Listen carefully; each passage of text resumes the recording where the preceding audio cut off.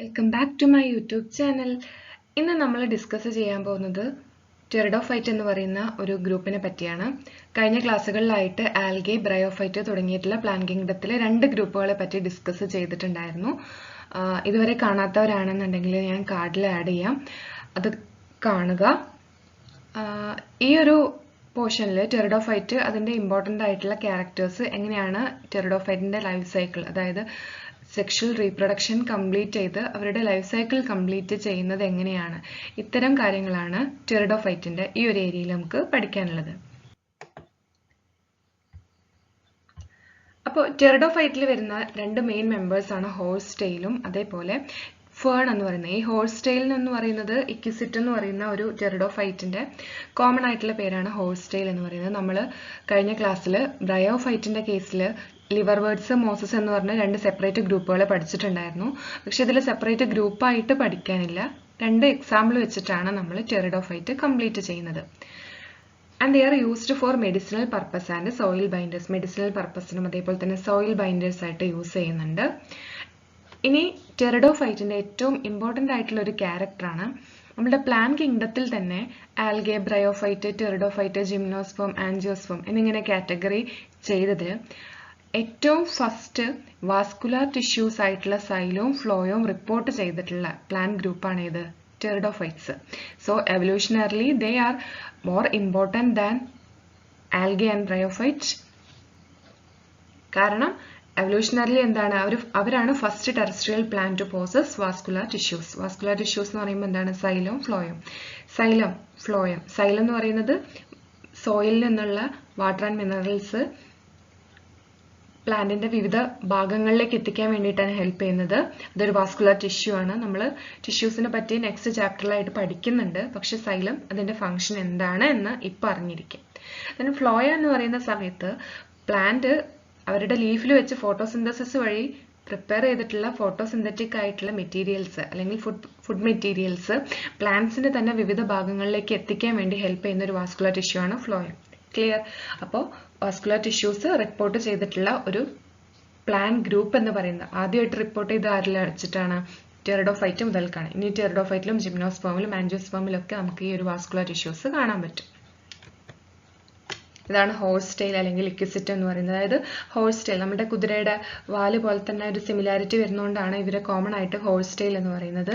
Then ഇത് common ആയിട്ട് നമ്മൾ കണ്ടുവരുന്ന ഫേൺ എന്ന് പറയുന്നത്. Okay. And these pteridophytes also found on cool, damp and shady places. Shady placesലാണ് അധികവും കണ്ടുവരുന്നത്. And the plant body is differentiated into true root, true stem, true leaf. Okay. നമ്മൾ ബ്രയോഫൈറ്റിലും ആൽഗയിലും പറഞ്ഞ സമയത്ത് എന്തായിരുന്നു, താലസ് ലൈക്ക് ആയിട്ടുള്ള പ്ലാന്റ് ബോഡിയാണ്. അതായത് ഒരു ഡിഫറൻഷിയേറ്റ് ചെയ്തിട്ടുള്ള റൂട്ടോ, സ്റ്റെമ്മോ, ലീഫോ കാണാത്തത് കൊണ്ടാണ് നമ്മളതിനെ താലസ് എന്ന് പറയുന്നത്. പക്ഷേ ടെറിഡോഫൈറ്റ് മുതൽക്ക് എന്താണ്, ഒരു വെൽ ഡിഫറൻഷിയേറ്റഡ് ആയിട്ടുള്ള അല്ലെങ്കിൽ ട്രൂ റൂട്ടും സ്റ്റെമ്മും ലീഫും കണ്ട് തുടങ്ങി. And these organs also poses well differentiated vascular tissue. Vascular tissues ആയിട്ടുള്ള സൈലോം, ഫ്ലോയും ഈ ഓർഗനിൽ നമുക്ക് പ്രസന്റ് ആയിരുന്നു. ഈ ടെറിഡോഫൈറ്റിന്റെ കേസിൽ ലീഫിനെ നമ്മൾ കോമൺ ആയിട്ട് പറയുന്നത് സ്പോറോഫിൽ, അതായത് സ്പോർ ബിയറിംഗ് ആയതുകൊണ്ടാണ് നമ്മൾ എന്ത് പറയുന്നത്, സ്പോറോഫിൽ എന്ന് പറയുന്നത്. 2 ടൈപ്സ് ഓഫ് ലീവ്സ് ആണ് ടെറിഡോഫൈറ്റിൽ കാണുന്നത്. സ്മോൾ, അതായത് സ്മോൾ സൈസ്ഡ് ആയിട്ടുള്ള സ്പോറോഫിലിനെ മൈക്രോസ്പോറോഫിൽ എന്ന് പറയും. Example selaginella. Then large type of ലീഫിനെ മാക്രോഫിൽ എന്നാണ് പറയുന്നത്. സ്പെല്ലിംഗ് നോക്കണേ. മാക്രോഫിൽ ഉണ്ട്, അത് ഫേണിലാണ് കാണുന്നത്. കണ്ടോ, ഇതെന്താണ്, സെലാജിനെല്ല. സെലാജിനെല്ലയിലുള്ള ലീഫ് എന്താണ്, മൈക്രോസ്പോറോഫിലാണ്. സ്പോർ ബിയറിംഗ് ആണ്, പക്ഷെ സൈസ് എന്ന് പറയുന്നത് സ്മോൾ ആയിരിക്കും. ഇത് ഫേണിലുള്ളത് ഏകദേശം നല്ല സൈസ്ഡ് ആയിട്ടുള്ള ലീഫ് ആയിരിക്കും. അതിനാണ് മാക്രോഫിൽ എന്ന് പറയുന്നത്. ഇനി ഈ സ്പോറോഫിലിന്റെ ഒക്കെ പ്രത്യേകത എന്താണ്, സ്പോറോഫിലില് സ്പൊറാഞ്ചിയ, സ്പോർ ബിയറിംഗ് ആയിട്ടുള്ള സ്ട്രക്ചർ ആണ് ഇത് സ്പൊറാഞ്ചിയ. അപ്പൊ ഈ സ്പോറോഫിലിന്റെ മുകളിലൊക്കെ നമുക്ക് സ്പോർ ബിയറിംഗ് ആയിട്ടുള്ള സ്ട്രക്ചേഴ്സ് കാണാം. അതിനെയാണ് സ്പൊറാഞ്ചിയ എന്ന് പറയുന്നത്.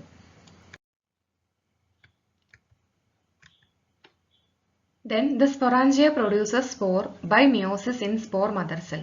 അപ്പോൾ ഈ സ്പൊറാഞ്ചിയയിൽ കാണുന്ന സെല്ലിന് നമ്മൾ കോമൺ ആയിട്ട് സ്പോർ മദർ സെൽ എന്ന് പറയും. ഈ സ്പോർ മദർ സെല്ലിൽ മിയോസിസ് സംഭവിച്ചിട്ടാണ് സ്പോറുകൾ പ്രൊഡ്യൂസ് ചെയ്യുന്നത്.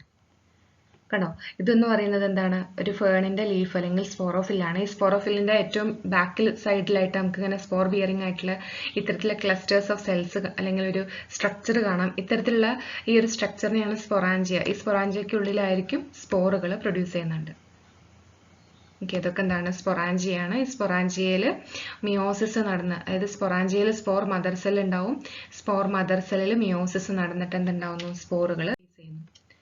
And the spore germinate to give rise to inconspicuous small but multicellular free living and mostly photosynthetic thalloid gametophyte called prothallus. ഇതൊരു ഇമ്പോർട്ടൻ്റ് ആയിട്ടുള്ള ഏരിയ ആണ്. അപ്പോൾ നമ്മൾ സ്പോറോഫൈറ്റിക് ആയിട്ടുള്ള പ്ലാന്റ് ബോഡിയാണ് ആരുടേതെന്ന് പറഞ്ഞു, ടെറിഡോഫൈറ്റിൻ്റെ എന്ന് പറഞ്ഞു. ഈ സ്പോറോഫൈറ്റിക് എന്ന് പറയാൻ കാരണം സ്പോർ ബിയറിംഗ് ആയിട്ടുള്ള പ്ലാന്റ് ബോഡി ആയതിനാലാണ്.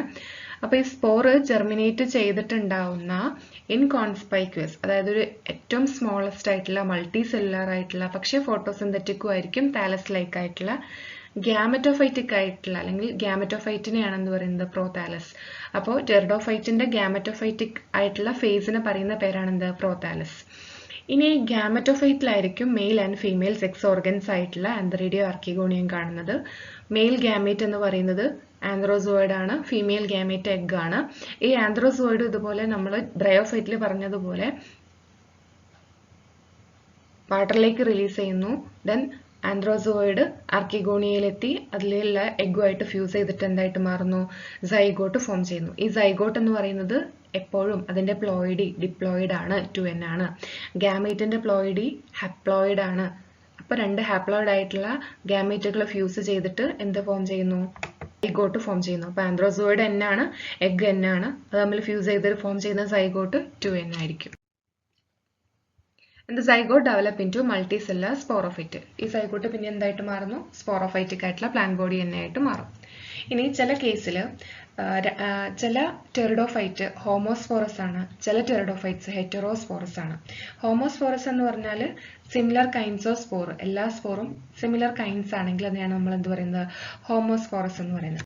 ഹെറ്ററോസ്പോറസ് എന്ന് പറയുമ്പോൾ 2 kinds ഓഫ് സ്പോർസ് ആണ് പ്രൊഡ്യൂസ് ചെയ്യുന്നത്, അതായത് മാക്രോസ്പോറും മൈക്രോസ്പോറും. Example സെലാജിനെല്ല salvinia. ഇത് ക്വസ്റ്റ്യൻ വരാറുണ്ട്, എന്താണ് ഹെറ്ററോസ്പോറസ് കണ്ടീഷൻ, അതുപോലെ ഹെറ്ററോസ്പോറസ് ആയിട്ടുള്ള രണ്ട് ടെറിഡോഫൈറ്റിന് എക്സാമ്പിൾ ഏതാണ്, സെലാജിനെല്ലയും സാൽവിനിയും. ഹെറ്ററോസ്പോറസ് എന്ന് പറയാൻ എന്താണ് കാരണം, രണ്ട് different types of spore produce ചെയ്യുന്നുണ്ട്. ഒന്ന് മാക്രോസ്പോർ ആണ്, ഒന്ന് മൈക്രോസ്പോർ ആണ്. 2 types ഓഫ് സ്പോർസ്, മാക്രോസ്പോറും ഉണ്ട് അതുപോലെ മൈക്രോസ്പോറും ഉണ്ട്. മാക്രോസ്പോർ മൈക്രോസ്പോർ ജെർമിനേറ്റ് ചെയ്ത് മെയിൽ ഗാമറ്റോഫൈറ്റും മാക്രോസ്പോർ ജെർമിനേറ്റ് ചെയ്ത് ഫീമെയിൽ ഗാമറ്റോഫൈറ്റ് ആണ് ഫോം ചെയ്യുന്നത്. സോ ദ ഫീമെയിൽ ഗാമറ്റോഫൈറ്റ് എന്ന് പറയുന്നത് എന്ത് ചെയ്യുന്നു, പാരന്റ് ആയിട്ടുള്ള സ്പോറോഫൈറ്റിൽ തന്നെ റീറ്റെയിൻ ചെയ്യുന്നുണ്ട്. സ്പോർ ജെർമിനേറ്റ് ചെയ്ത് ഫോം ചെയ്യുന്ന ഫീമെയിൽ ഗാമറ്റോഫൈറ്റ് അവരുടെ സ്പോറോഫൈറ്റിക് ആയിട്ടുള്ള പ്ലാന്റ് ബോഡിയിൽ തന്നെയാണ് റീറ്റെയിൻ ചെയ്യുന്നത്. അതിനാൽ തന്നെ ഈ ഫീമെയിൽ ഗാമറ്റോഫൈറ്റിൽ ഉണ്ടാവുന്ന സെക്സ് ഓർഗൻ ആയിട്ടുള്ള ആർക്കിഗോണി എവിടെയാണ് കാണുന്നത്, നമ്മളുടെ പാരന്റ് ബോഡിയിൽ തന്നെ റീറ്റെയിൻ ചെയ്യുന്നു. Hence the zygote formed is also retained on there parent body. അപ്പൊ ഫീമെയിൽ ഗാമറ്റോഫൈറ്റിൽ തന്നെയാണ് ഇതൊക്കെ നടക്കുന്നത്, ഈ പ്രോസസ്സുകളൊക്കെ. ഈ ഒരു കണ്ടീഷൻ എന്ന് പറയുന്നത് this event is a precursor to seed habit. അതായത് ഇനിയുള്ള അഡ്വാൻസ്ഡ് ഗ്രൂപ്പ് ആയിട്ടുള്ള ജിംനോലും ആൻജിയോലിക്കൊക്കെ എത്തുമ്പോൾ നമ്മൾ പറയേണ്ടതായിട്ടുള്ള സീഡ് ഹാബിറ്റ് ആരിൽ നിന്ന് തന്നെ സൂചന ലഭിച്ചിട്ടുണ്ട്, ടെറിഡോഫൈറ്റ് എന്ന് പറയുന്ന ഗ്രൂപ്പിൽ നിന്ന് തന്നെ സൂചന ലഭിച്ചിട്ടുണ്ട്. So it is considered an important step in evolution. Okay, അപ്പോൾ ഈ ഒരു സീഡ് ഹാബിറ്റിനുള്ള പ്രിക്കോസർ ആയിട്ട് മാറാൻ കാരണമായിട്ടുള്ള എന്താണ്, ഫീമെയിൽ ഗാമറ്റോഫൈറ്റ് അവരുടെ പാരന്റ് ബോഡിയിൽ തന്നെ റീറ്റെയിൻ ചെയ്യുന്നു എന്നുള്ള ചില തെളിവുകളാണ്. ക്ലിയർ? അപ്പോൾ എന്താണ് സീഡ് ഹാബിറ്റ് അല്ലെങ്കിൽ എങ്ങനെയാണ് ഹെറ്ററോസ്പോറസ് കണ്ടീഷന്റെ ഇമ്പോർട്ടൻസ്, അതായത് എവല്യൂഷനിൽ എങ്ങനെയാണ് ഈ ഹെറ്ററോസ്പോറസ് കണ്ടീഷൻ ഇമ്പോർട്ടൻ്റ് ആയിട്ട് വരുന്നത്, അതുപോലെ തന്നെ ഹെറ്ററോസ്പോറസ് ആയിട്ടുള്ള രണ്ട് ടെറിഡോഫൈറ്റിന് എക്സാമ്പിൾ, ഇത്തരം ക്വസ്റ്റ്യൻസ് ആണ് ഈ ഒരു ഏരിയയിൽ നിന്ന് വരാറ്. ഇനി ടെറിഡോഫൈറ്റിന്റെ ലൈഫ് സൈക്കിൾ ആണ് കൊടുത്തിട്ടുള്ളത്. നമുക്കറിയാം പാരന്റ് ബോഡിയാണ്. പാരന്റ് ബോഡി എന്ന് പറയുന്നത് എന്താണ്, സ്പോർ ബിയറിംഗ് ആയതുകൊണ്ട് തന്നെ സ്പോറോഫൈറ്റിക് ആണ്. അതാണ് ഈ ഒരു 2n എന്ന് പറയുന്ന കണ്ടീഷൻ, ഡിപ്ലോയിഡ് ആയിരിക്കും. ഈ ഡിപ്ലോയിഡ് ആയിട്ടുള്ള പാരന്റ് ബോഡിയിലും മിയോസിസ്, അതായത് സ്പൊറാഞ്ചിയയിൽ സ്പോർ മദർ സെല്ലിൽ മിയോസിസ് സംഭവിച്ചിട്ട് എന്തുണ്ടാവുന്നു, സ്പോറുകൾ ഉണ്ടാവുന്നു. ഈ സ്പോറുകൾ ജെർമിനേറ്റ് ചെയ്തിട്ടാണ് എന്തുണ്ടാവുന്നത്, ഗ്യാമറ്റോഫൈറ്റ് ഫോം ചെയ്യുന്നത്. ഗ്യാമറ്റോഫൈറ്റിക് ആയിട്ടുള്ള സ്ട്രക്ചറിൽ male and female sex organ ഉണ്ടായിരിക്കും respectively antheridia and archegonia. They produces antherozoid and egg, അതാണ് ഗ്യാമേറ്റ് എന്ന് പറയുന്നത്. ഈ ഗ്യാമേറ്റ് ഫ്യൂസ് ചെയ്തിട്ട് വീണ്ടും എന്തായിട്ട് മാറുന്നു? സൈഗോട്ടായിട്ട് മാറുന്നു. സൈഗോട്ടിന്റെ പ്ലോയിഡി 2n ആയിരിക്കും. ഈ 2n ആയിട്ടുള്ള സൈഗോട്ട് പിന്നീട് ഡെവലപ്പ് ചെയ്തിട്ട് വീണ്ടും സ്പോറോഫൈറ്റിക് ആയിട്ടുള്ള പ്ലാന്റ് ബോഡി ആയിട്ട് മാറുന്നു. ഇത്തരത്തിലാണ് ഫേണിന്റെ ലൈഫ് സൈക്കിൾ കംപ്ലീറ്റ് ചെയ്യുന്നത്. ക്ലിയർ? ഇനി നമുക്ക് ഈ ഒരു ഫേണല്ല ടെറിഡോഫൈറ്റിനെ 4 ക്ലാസ്സുകളായിട്ട് ക്ലാസിഫൈ ചെയ്യാൻ പറ്റും. സൈലോപ്സിഡ, ലൈക്കോപ്സിഡ, സ്ഫിനോപ്സിഡ, ടെറോപ്സിഡ. ഇത് ഡീറ്റെയിൽ ആയിട്ട് പഠിക്കാനില്ല, 4 ക്ലാസ്സുകളാണെന്നുള്ള കാര്യം മാത്രം അറിഞ്ഞു വയ്ക്കുക. ഓക്കെ, അപ്പോൾ ഇത്രയാണ് ടെറിഡോഫൈറ്റിനെ പറ്റി നമുക്ക് പഠിക്കാനുള്ളത്. നെക്സ്റ്റ് ആൻജിയോസ്പേം അതേപോലെ തന്നെ ജിംനോസ്പേം നമുക്ക് നെക്സ്റ്റ് ക്ലാസ്സുകളിലായിട്ട് ഡിസ്കസ് ചെയ്യാം. Thank you.